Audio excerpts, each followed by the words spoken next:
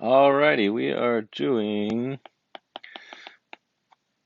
find the inverse function.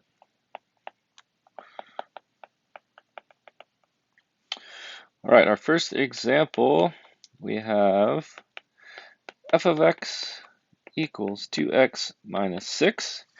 And to find the inverse, the first thing you're going to do is convert f of x to y. Okay, so we're just going to make this y equals 2x minus 6. Second thing is switch x and y. Okay, so I'm going to put x here now instead of y equals 2y, because I've switched x and y, minus 6. Okay, and our third step is solve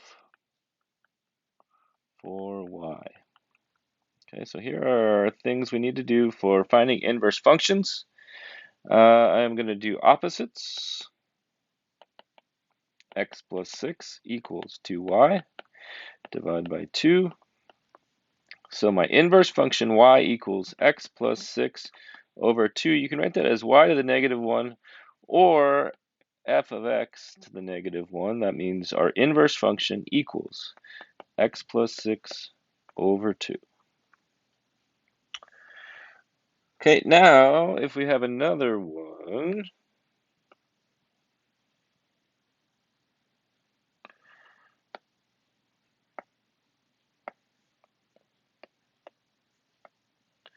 okay, so this would be example 1b.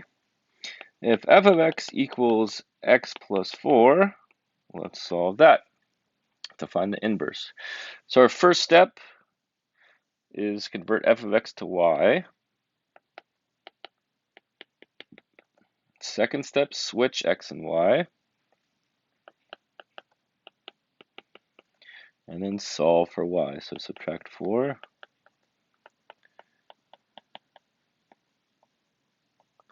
And so our inverse is x minus 4.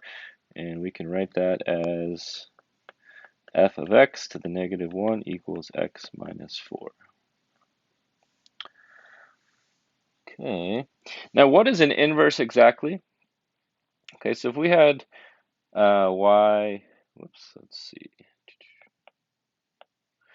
Y equals x plus 4. If we did a t-chart for that,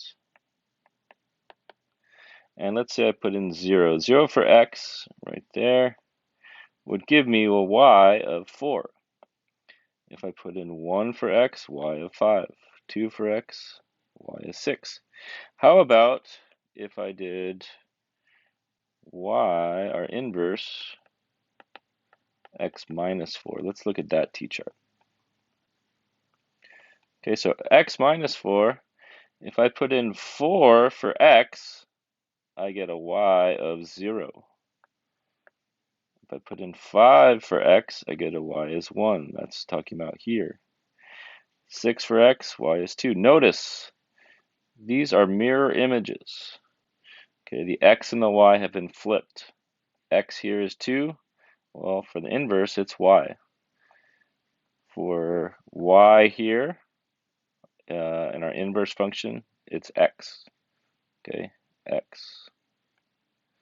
So that's the definition of our inverse functions. All right. And our second example,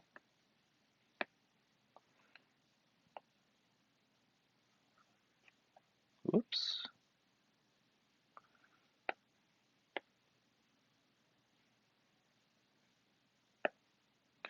Okay, example 2.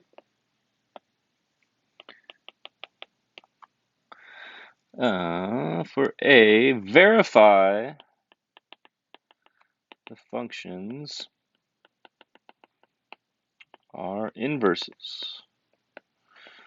Okay, to do this, we're always given two functions. Okay, that's our first function. Second function, they're saying, is this the inverse of f of x? If it is, the way we verify that is take this, plug it in for x, and we're going to simplify. So it's 3 minus 2x, that's for our f of x. Okay, well now we're using this as the input for our f of x. So every place we see an x, we are going to put our g of x. Okay, so f of x minus 3 over negative 2, that means our input being g of x, their supposed inverse function. I'm going to plug that in to f and see what it gives us. So we're plugging in x minus 3 over negative 2. Now negative 2 here on the outside, okay, that's like negative 2 over 1. That's going to multiply in here.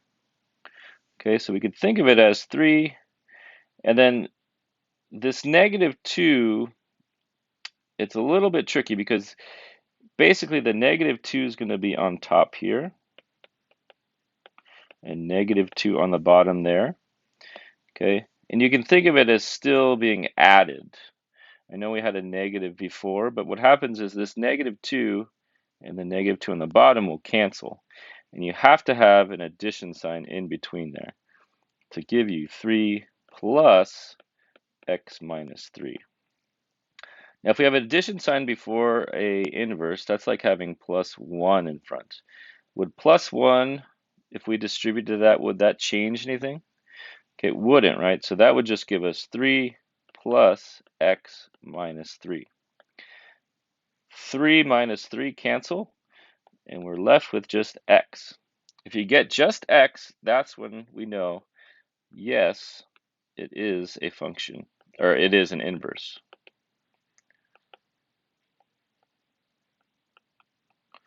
Okay, so if you take one of the functions, plug it into the other one, and you reduce it down to x, okay, then it is an inverse. You could have plugged f of x in to our g of x and done the same thing. Either one works. Okay, we do one more here.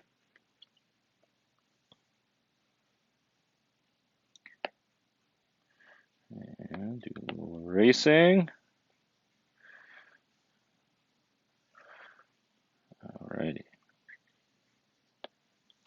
All right, so our second example, f of x equals 2 plus 4x, and our g of x equals x minus 2 over 4. Okay, so we're looking to see if these are inverses. Plug one of them into the other one. Okay, and that's going to go every place we see an x for the f function. So f with our input now, which has been changed. Okay, so I put big parentheses wherever we saw an x. Okay, so my input is going to be x minus 2 over 4. Okay, now same instance here. This 4 is like 4 over 1. So 4 on top, 4 on bottom, those cancel. You get 2 plus x minus 2. 2 minus 2 cancels out. We're left with x. Is it an inverse? Yes, it's an inverse.